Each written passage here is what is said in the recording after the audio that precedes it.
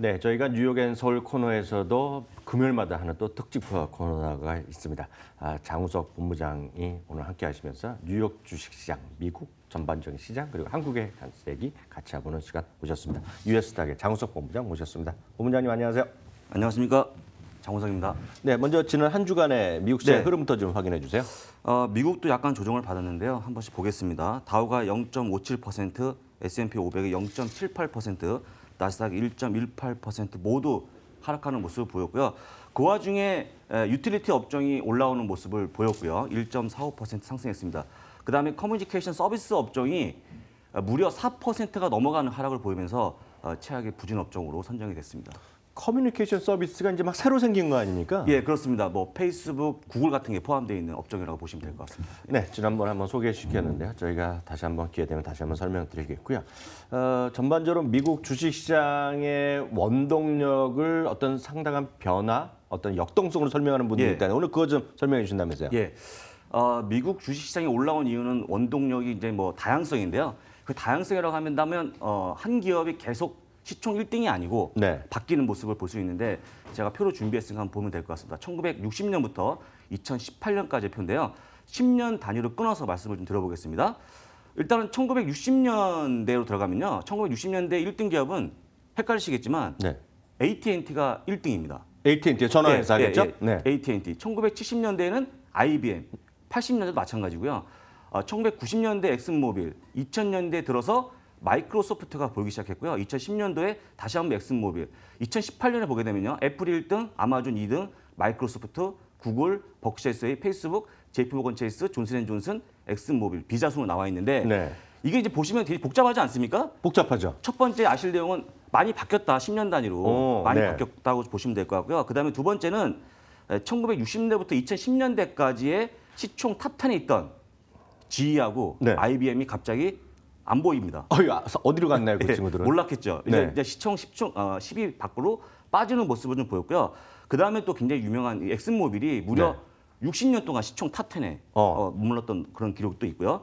그다음에 애플은요. 애플이 탑10에 들어오기 시작한 게 2010년도에 네. 처음 들어왔습니다. 네. 그다음에 뭐 버크셔 아마존, 구글 이런 것들이 사실 이제 혜성같이 등장한 기업이라고 좀 보시면 될 것 같고요. 이걸 보시면서 이런 내용을 한번 생각해 볼 수 있습니다. 만약에 2020년대에 가면 네. 여전히 애플이 1등을 할 수 있을까? 네. 예, 저는 아니라고 좀 보고 있는데요. 혹시 또 찜해 두시는 기업 없으세요? 저는 뭐 약간 조심스럽습니다만 네. 우리 교수님 말씀하셨던 뭐 그 우버도 있고요. 네. 그다음에 일각에서는 조심스럽지만 테슬라가 그럴 수 있다. 테슬라요? 우주의 어떤 산업에 만약에 네. 박차를 가한다고 그러면 여러 가지 의견이 있는데 사실 저는 뭐 솔직히 잘 모르겠습니다. 그렇지만 적어도 애플은 아닐 것 같다라고 네. 좀 보고 있습니다. 참고적으로 말씀드리면 작년에 월가에서 한번 서베이를 한 적이 있습니다. 그래서 이런 비슷한 얘기였는데요. 앞으로 10년 후에 어느 기업이 시가총액 1위를 할 거냐는 건데요. 물론 아마존도 있고 애플도 있는데 의외로 많은 사람들이 전문가 얘기한 것이 심지어는 지금 상장이 되지 않은 것들 있지 않습니까? 네. 그중에서 나오는 거가 우버가 있고요. 또 하나가 에어비앤비 이런 것들이 의외로 시가총액 상위에 갈 것이라는 얘기를 하고 있는데 참고적으로 말씀드리면 우버에 대해서 궁금한 분이 많으신데 우버는 얼마 전에 소위 IPO를 담당하기 위해서 CFO를 새로 채용했고요. 엊그저께 발표를 했습니다. 2019년 내년도 하반기에 IPO를 추진한다고 발표했기 때문에 혹시 관심인들 저희도 나중에 또 다루겠지만 내년도에는 IPO 쪽에 특히 우버에 관심을 갖는 것도 한번 필요하다. 이렇게 참고적으로 말씀드리겠고요. 오늘 두 번째 이슈로는 역시 다 연관된 것 같은데요. 예, 맞습니다. 예. 아마존에 관해서 다시 한번 얘기해 주신다면서요. 지금 현재 시총 2위 기업인데요. 아마존이 1조 달러 클럽에 가입이 가능한 수준까지 올라왔습니다. 현재 지금 9,600억 달러 수준에서 움직이고 있는데요. 사실 이제 이걸 또 제가 이제 과거에 네. 1997년 5월 15일 날 상장했거든요. 이 기업이 네네네. 18달러에 상장했고요. 그걸 감안해서 만약에 정말 그때 네. 100만 원을 투자했다면 네, 뭐 100만 원이요? 이런 얘기 하고 싶지 않습니다만 100만 원을 투자했다 그러면 지금 얼마가 됐을까를 한번 좀 설명드려보면 어마어마한 수준입니다. 13억 원. 13억 원이요. 예. 예. 100만 원이 일단 뭐 1,300배의 수익을 올린 건데 정확하게 로또 같은 수준인데요.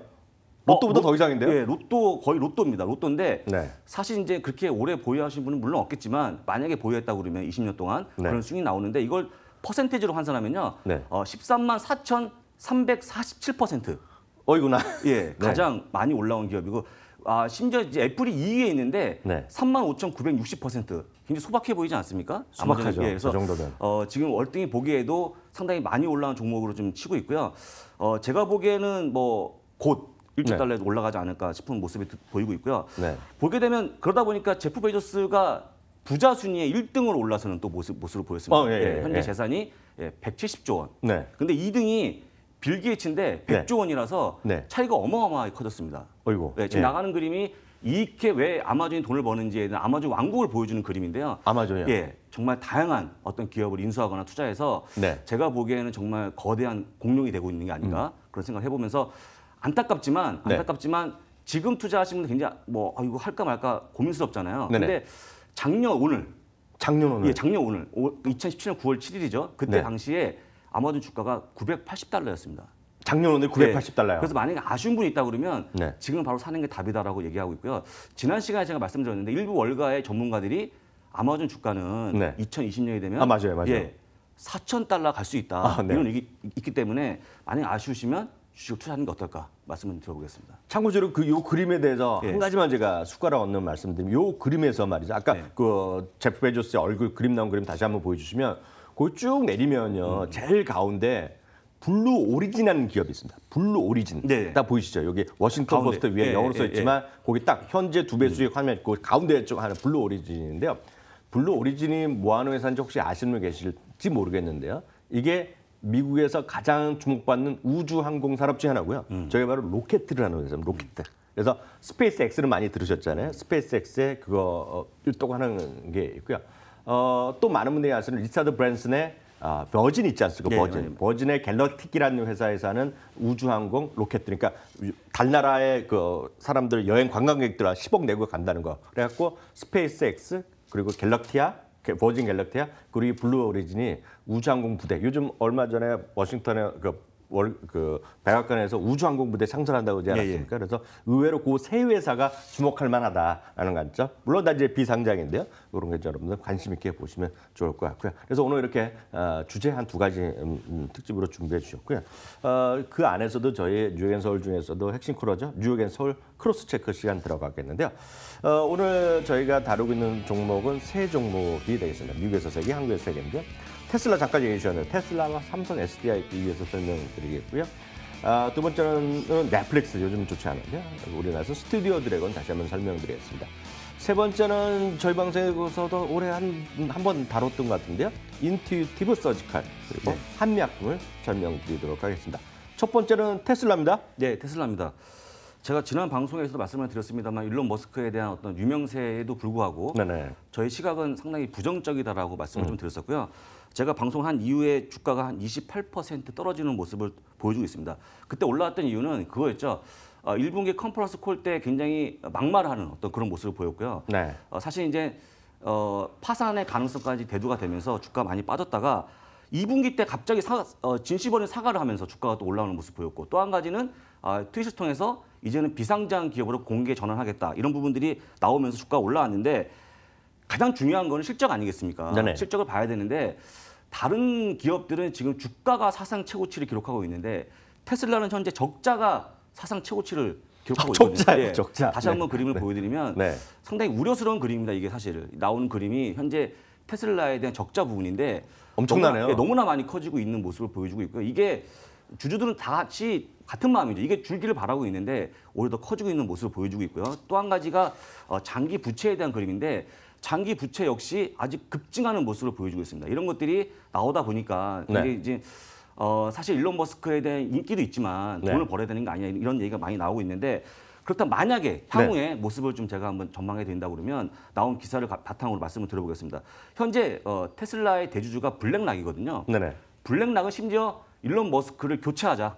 했었죠. 예, 네. 그런 이제 투표를 하겠다고 얘기했고요. 그다음에 시킹 알파의 휘틴티스는 테슬라의 파산 가능성이 여전히 30%가 존재하고 있다고 경고의 목소리를 냈고요. 그다음에 블룸버그가 대박입니다. 이 블룸버그는 모델 3에 대한 주당 생산 대수가 6,000대라고 약속을 했는데 이걸 조사했다고 합니다. 네. 조사한 바에 따르면 현재 6,000대가 안 되고 있다라는 걸 거의 직접 컨펌, 해봤더니요. 그래서 그런 기사를 냈기 때문에 상당히 좀 우려가 더 섞이고 있는 모습이고요. 그러다 보니까 골드만삭스는 현재 투자 의견을 매도로 제시하면서 목표 주가를 210달러로 제시했는데 현재 주가가 280달러인데요. 네. 아래로 엄청나게 내려가는 그런 모습을 보일 거라고 하고 있습니다. 저 역시도 사실은 이제 돈을 못 버는 기업들이 일부 어떤 뭐 CEO에 대한 인기 때문에 올라가는 건 상당히 좀 부정적이라고 보고 있고요. 네. 앞으로 향후 투자에 대한 약간의 조심스러운 좀 모습을 보여야 되지 않을까 싶습니다. 여하튼 그 많은 분들이 이제 미국 주식이나 해외 주식은 저희도 저도 강의하면 그렇게 하지만 결국 주식과 가장 핵심은 실적이라고 말씀드렸는데 그게 설명 안 되는 대표적인 기업 중에 하나가 이제 테슬라로 말씀드리죠. 그만큼 바로 본부장께서 얘기하셨지만 일론 머스크 물론 저도 엄청 좋아하는 사람이지만 일론 머스크 개인에 대한 선호도가 주가 밸류에 제가 봤을 땐 거의 95%거든요. 그렇죠, 그러니까 그렇죠. 그런 걸 좀 판단하시고 이제 주식 판단하시면 되겠다라고 참고적으로 말씀드리겠고요. 저는 이제 삼성 SDI를 말씀드리겠습니다. 지금 테슬라는 주가 아주 안 좋은데 반면에 사상 최고가 흐름을 보이는 것이 삼성 SDI인데요. 어찌됐건 이런 거죠. 1970년에 설립됐고요. 에너지 솔루션 전자 재료 사업을 영위한다라고 일단 나와 있고요. 2016년부터 세계 전지 시장에서 마켓쉐어 1위를 계속 하고 있습니다. 특히 이제 최근에는 ESS까지죠. 그러니까 전기 저장 장치에 대한 관심 이런 것에 대한 수요가 계속 늘어나고 있고요. 2분기에 이건 뭐 충분히 예고됐던 일이지만 1,530억의 이익이 나면서 전년 동기 대비 100% 이상. 그러면서 그 높은 목표치도 컨센서스 맞추면서 우리나라에서 몇 개 안 되는 어닝 서프라이즈를 기록한 기록이 되겠고요. 특히 이제 ESS용 매출액이 크게 급증한 것이 핵심적인 투자 포인트가 되겠고요. 실제로 보면 대형 배터리가 2분기 흑자 전환했고요. 그 중에서도 전기차용 2차 전지가 3분기에 거의 사상 처음으로 흑자 전환이 가능성이 지금 높게 나오고 있기 때문에 주가가 크게 올라가고 있다라고 일단 먼저 좀 말씀드리겠는데요. 그럼 이제 삼성 SDI의 중대형 전지 영업이익의 추이랑 전망을 보시면 앞서 이제 머릿속에 이제 바로 한 5분 전에 보셨으니까 테슬라의 영업이익이 적자가 계속 커지는 거 보셨을 텐데요. 이거는 완전히 반대죠. 적자에서 흑자로 올라섰다는 건데요.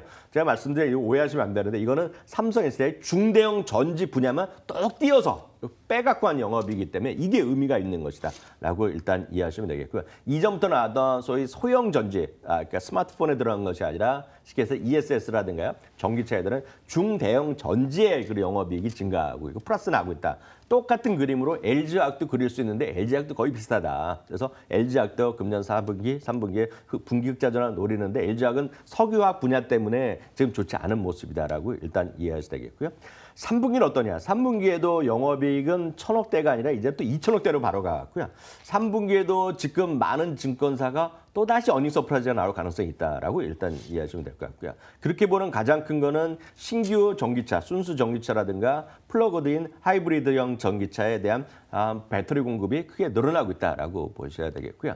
특히 이제 고마진 원통형의 어플리케이션 다변화인데 이 원통형 배터리가 뭐냐면 쉽게 해서 지금까지 많은 분들 우리나라 전기차, 해외 전기차, 일반적인 전기차는 각형입니다. 그러니까 사각형으로 되는 건데 유일하게 원통형 쓰는 데가 테슬라인데요. 이번에 일부 제규어나 이런 데서 원통형을 쓰기 시작하겠는데 원통형은 상당히 저렴하면서도 안전성이 높다고 알려지고 있는데 그게 삼성 SDI나 LG의 강점이 있기 때문에 그런 것들에 대한 호재 인식하는 것이 맞다라고 보셔야 되겠고요. 제가 그림 하나 보여드리겠는데요. 제가 자주 보여드린 그림인데 삼성 SDI 목표 주가가 우리나라뿐만 아니라 해외의 IB들이 여기는 같이 나오는 것인데요. 늘 말씀드리지만 목표 주가 중간에 평균치가 올라가고 조금씩 올라가고 있는 거 보이시죠? 그래서 27만 6천 원 정도 나오고 있는데 이거는 우리나라뿐만 아니라 전 세계 애널리스트 의견 중간인데요. 평균값인데요.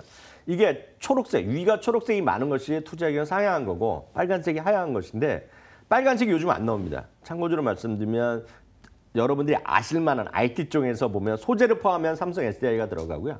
순수 IT 쪽 보면 두 개밖에 없습니다. 그게 보면 LG이노텍과 삼성전기다. 그래서 크게 보시면 그런 쪽이 좀 실적이 좋아지고 있고 나머지는 크게 볼 것이 없다라고 제가 다시 한번 확인드립니다. 그런 관점에서 국내 중고사 목표 주가 상향은 뭐 이 그림에서 보다시피 추세로 나오고 있고요.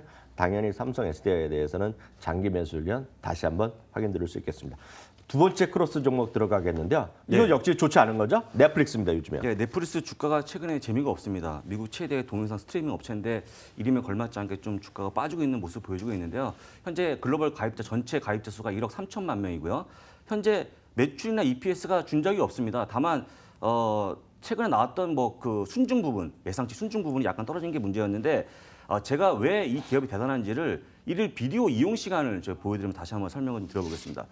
한국에서는 뭐 유선생이라고 하는 게 유튜브가 1등인데 네네. 미국은 그게 아닙니다. 넷플릭스가 1등 39% 차지하고 있고요. 유튜브가 2등입니다. 30%. 그다음에 4등에 나온 훌루가 5%라 나왔는데 이게 이제 나중에 디즈니가 이걸 통해서 이 경쟁을 하겠다고 하는 업체인데 아직까지는 뭐 경쟁이 안 되고 있는 상황이고요.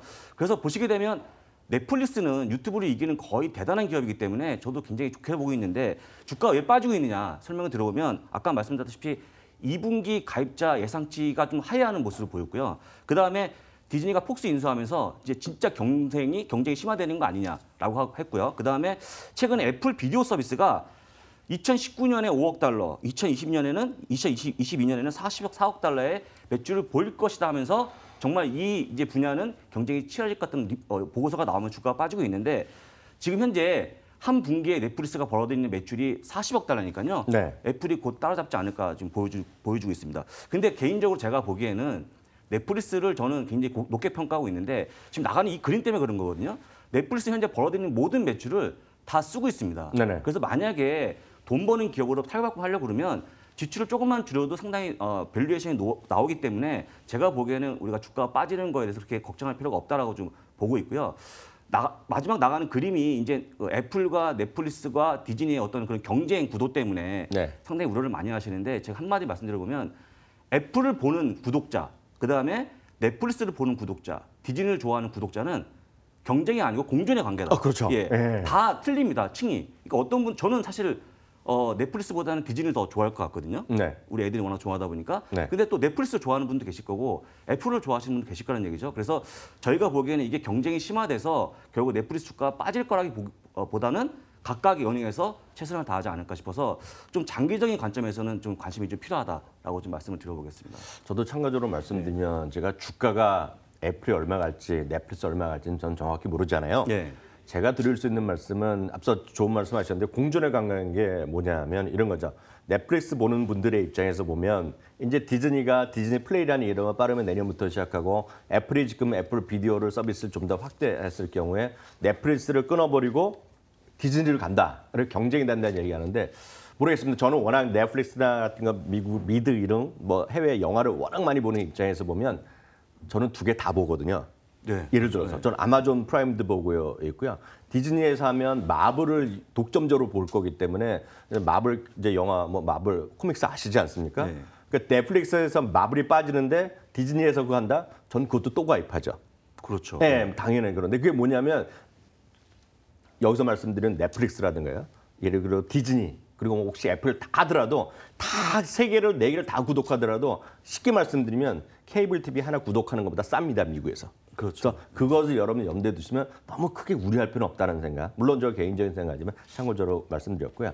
한국에서는 당연히 스튜디오 드래곤 뭐 다시 한번 제가 설명드리겠는데요. 아시다시피 스튜디오 드래곤은 CJ ENM에서 스핀오프된 소위 드라마 순수 드라마 뭐 영화 이런 거 제작 업체라고 보셔야 되겠고요. 뭐 제일 많이 아시는 것은 미생이라든가 도깨비 이런 거 시리즈 아시겠고요. 요새는 뭐 워낙 시청자분들 많이 보셨을 만한 것이 미스터 션샤인 뭐 이런 거 그냥 이해하시면 되겠는데 워낙 작품 수 자체가 늘어납니다. 2017년에 22편을 했고요. 2018년에 25편이 전망되고 있고요.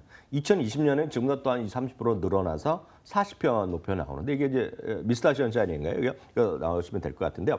실제로 보면 이게 드라마 대부분은 TVN이라든가요, OCN 이런 게 들어가고 있고요. 최근에는 넷플릭스 같은 글로벌 OTT는 오버 더 탑인데요. 그런 것들을 통해서 자체 제작하는 것도 워낙 늘어나고 있다라고 보셔야 되겠고요. 그러다 보니 평균적인 동사 이 회사의 평균 시청률이라든가 판매 매출이 꾸준히 늘어나고 있다라고 보셔야 되겠고요. 이제 미스터 선샤인이 끝났으니까 뭐냐 그러면 저는 이제 이 드라마는 별로 큰 관심 없는데 4분기에는 11월 방영이 편성이 확정됐다고 뉴스 나오더라고요. 아람브라 궁전의 추억 뭐 이것도 엄청나게 히트를 칠 거라고 얘기하고 있는데 모르죠. 뭐 가봐야 되겠지만 이것도 그중에 하나라는 생각 저는 하고 있고요. 중요한 건 이거죠. 13개 증권사에 국내 증권사의 목표 주가 평균이 13만 4천 원인데요. 최근에는 오히려 좀 쉬고 있어요. 이것은 넷플릭스의 영향 때문에 쉬는데요. 역설적으로 말씀드리면 넷플릭스라든가요, 아마존 프라임이라든가요, 그리고 이런 디즈니가 해외 콘텐츠를 확보하려고 확보하고 늘리면 늘릴수록 애플도 마찬가지인데 늘리면 늘릴수록 오히려 빛을 보는 것은 스튜디오 드래곤 같은 것이 빛을 볼 수밖에 없다라는 관점 일단 이해하시면 저는 이 가격뿐만 아니라 스튜디오 드래곤뿐만 아니라 CJ ENM 이런 것도 여전히 장기 매수 의견 다시 한번 재확인 드리겠다라고 정리할 수 있겠고요. 마지막 세 번째 종목은 이거 봄에 한번 했던 것 같은데 맞습니다. 인투이티브 서지컬. 네, 맞습니다. 지금 두 번째 방송을 하고 있습니다.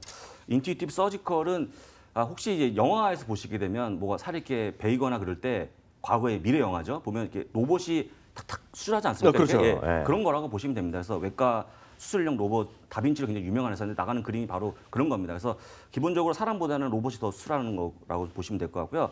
최근에 어쨌거나 주가는 많이 올라오는 모습 보여주고 있는데 상승 배경에 대해서 말씀을 좀 드려보겠습니다. 일단 2000년에 도입한 다빈치, 근데 지금 다빈치 X로 조금 더 가속화하고 있다라고 좀 보시면 됩니다. 거의 독보적인 기술을 보유한 업체라고 좀 보시면 될 것 같고요. 현재 다빈치 X라는 걸로 해서 심장외과, 대장암 수술, 일반외과, 부인과 수술까지 모든 분야에서 활약이 가능하다라고 좀 보시면 좋을 것 같고요. 침습 수술이라고 해서 적게 절개하고 수술하는. 그러니까 이걸 하면 굉장히 회복이 빠르다고 합니다. 그래서 이런 기술이 상당히 차별화돼 있다고 좀 보시면 될 것 같고요. 그다음에 뭐 고령화, 의료시장 확대 이런 것들이 굉장히 중요한데 가장 중요한 게 실적 아니겠습니까? 그렇죠. 실적을 제가 한번 간단하게 최근 3년간의 매출과 실적 단기순이익을 보여드리면 보시는 것처럼 왼쪽이 매출입니다. 오른쪽이 단기순이익이고요.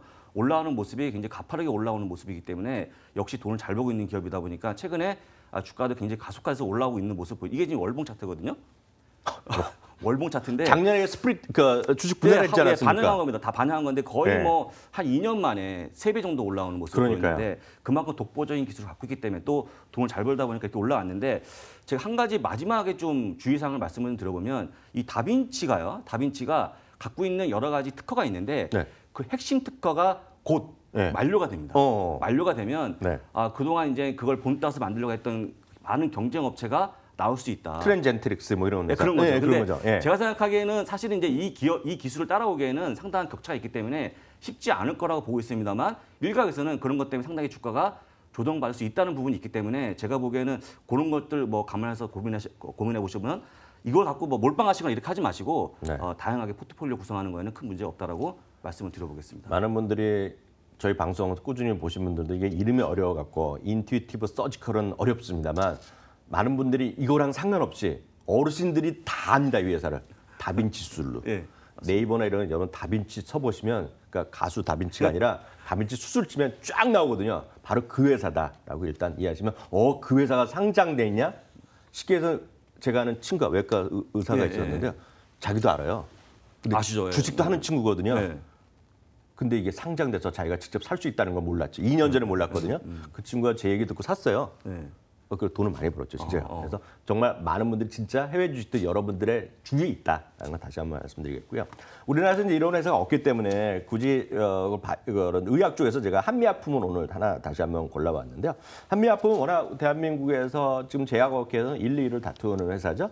고혈압 치료제 많이 아모디핀 이런 거 들어보셨을 것 같고요. 발기부전 치료제 88저건 워낙 유명하니까요. 우리나라에서 뭐 지금 거의 시장 점유율 1위일 겁니다, 이것도요. 그리고 정장제, 메디락 이런 것들은 약 드시는 분들은 위장 보호로 많이 들으신 분이기 때문에 이건 다들 아실 텐데요. 한국투자증권에서 하반기 주목할 만한 두 가지 모멘텀이라고 그 한미약품에 대해서 쓰고 있는데요. 특히 이제 9월 25일 날 세계 폐암학회 얘기를 많이 하고 있는데요. 거기서도 지금 한미약품의 파트너 스펙트럼사에서 포지오티닙 이건 저는 여러 번 들었는데 발음 어렵습니다. 중간 결과 임상 이상의 중간 결과를 발표한다는 얘기하고 있고요. 호중구 감소증 치료제 이건 제가 잘 모르는 분야인데요. 롤론티스라가 내년 출시 기대되는데 이게 만약 성공하면요. 미국 시장에 출시되는 한미약품의 첫 번째 신약이고 이게 만약 확정되면 상당한 주가의 레벨업이 될 것이다라는 얘기를 하고 있습니다. 그래서 이런 것들 좀 메모해 두셨다가 정말 그렇게 되는지 보셔야 되겠고요. 그런 관점에서 최근에 한미약품이 주가가 살아있을 텐데요. 목표 주가 60만 원으로 지금 상향하고 있다라고 보셔야 되겠고요. 그런 관점에서 이게 보시면 많은 증권사가 나오는 건 아니지만 그나마 목표 주가가 지금 최근에 안정돼 있다. 목표 주가 내린 것보다는 그나마 한두 개가 목표 주가를 올리고 있다라는 정도 참고하시면 되겠고요. 참고적으로 국내에서는 뭐 엄청나게 많은 증권사가 다루고 있지 않습니다. 바이오제약은요. 14개 증권사의 목표 주가는 58만 7천 원인데 그것만 하더라도 주가는 지금은 상당히 업사이드 포텐셜이 있다라는 정도 이해하시면 되겠고요. 이게 뭐 장기적인 적극 매수보다는 트레이딩 매수 전략 정도, 특히 바이오 제약 중에서 대표적인 주식인 건 분명하기 때문에요. 삼성 바이오로직스 이런 관점에서 좀 대표주의 관점에서 트레이딩 매매 충분히 가능하다라고 보고 있고요. 본부장님 마지막으로요. 네. 다음 네. 주에 좀 주목할 만한 이벤트 좀 설명해 주세요. 예. 두 가지만 보시면 될 것 같은데요. 연준의 경제 동향 보고서인 베이지북이 9월 12일 날 발표가 되고요. 9월 13일 날은 어도비 시스템즈 오라클의 실적이 나오니까 이것만 살펴보시면 될 것 같습니다. 네, 지금까지 미국 주식에 미친 남자죠. 유에스닥의 장우석 본부장과 함께했습니다. 본부장님 감사합니다.